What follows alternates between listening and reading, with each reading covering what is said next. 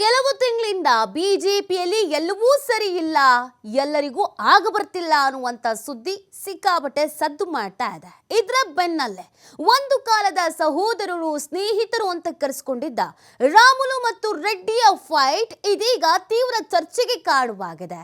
ಇದರ ಜೊತೆಗೆ ಭಿನ್ನ ಬಣ ಅಂತ ಕರೆಸ್ಕೊಳ್ತಾ ಇರುವಂತ ಯತ್ನಾಳ್ ಟೀಮ್ ಸಿಕ್ಕಾಪಟ್ಟೆ ಅಲರ್ಟ್ ಆಗಿದೆ. ತಡರಾತ್ರಿ ಭಿನ್ನರ ಬಣದಿಂದ ಪ್ರತ್ಯೇಕವಾದಂತ ಒಂದು ಮೀಟಿಂಗ್ ಅನ್ನ ಮಾಡಲಾಗಿದೆ. ಬೆಂಗಳೂರಿನ ಸದಾಶಿವನಗರದ ನಿವಾಸದಲ್ಲಿ ಈ ಒಂದು ಸಭೆಯನ್ನ ಮಾಡಿದ್ದಾರೆ. ಈ ಸಭೆಯಲ್ಲಿ ಪ್ರಮುಖವಾಗಿ ಶ್ರೀರಾಮುಲು ಅಸಮಾಧಾನದ ವಿಚಾರದ ಬಗ್ಗೆ ಚರ್ಚೆ ನಡೆದಿದೆ ಅನ್ನೋದ್ರ ಬಗ್ಗೆ ಅಪ್ಡೇಟ್ ಸಿಗ್ತಾ ಇದೆ. ಶ್ರೀರಾಮುಲು ತಂಡದ ಜೊತೆ ಕೈ ಜೋಡಿಸಬಹುದೆಂಬ ನಿರೀಕ್ಷೆ. ಇಲ್ಲಿ ಬಿಜೆಪಿಯಲ್ಲೇ 2 ಟೀಮ್ ಆಗಿರೋದ್ರಿಂದ ಆ ಟೀಮ್ನ ಬಲವರ್ಧನೆಯನ್ನ ಹೆಚ್ಚು ಮಾಡ್ಕೊಳ್ಳೋದಕ್ಕೆ ಪ್ರಯತ್ನಿಸ್ತಾ ಇದ್ದಾರೆ.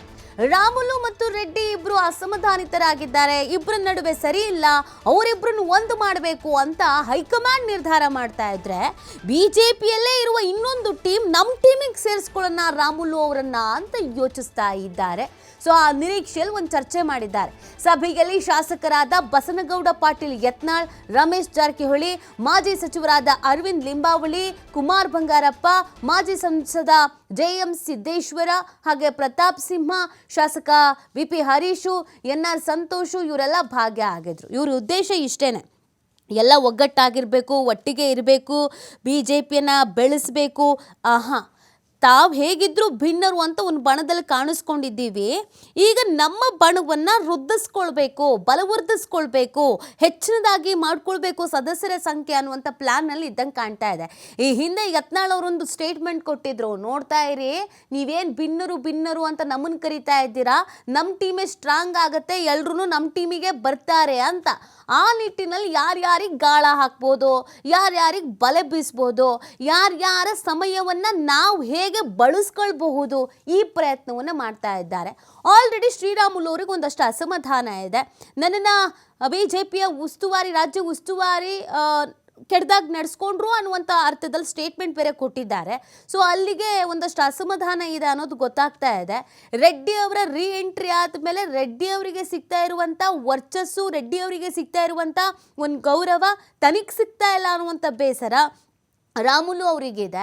ಸೊ ಹೀಗಿರಬೇಕಾದ್ರೆ ರಾಮುಲು ಅವ್ರಿಗೂ ಕೂಡ ಬಿಜೆಪಿಯ ನಾಯಕರ ಬಗ್ಗೆ, ಹೈಕಮಾಂಡ್ ಬಗ್ಗೆ, ಉಸ್ತುವಾರಿ ಬಗ್ಗೆ ಒಂದಷ್ಟು ಅಸಮಾಧಾನ ಇರಬೇಕಾದ್ರೆ ನಾವು ಮಾತಾಡೋಣ ರಾಮುಲು ಅವ್ರ ಹತ್ರ.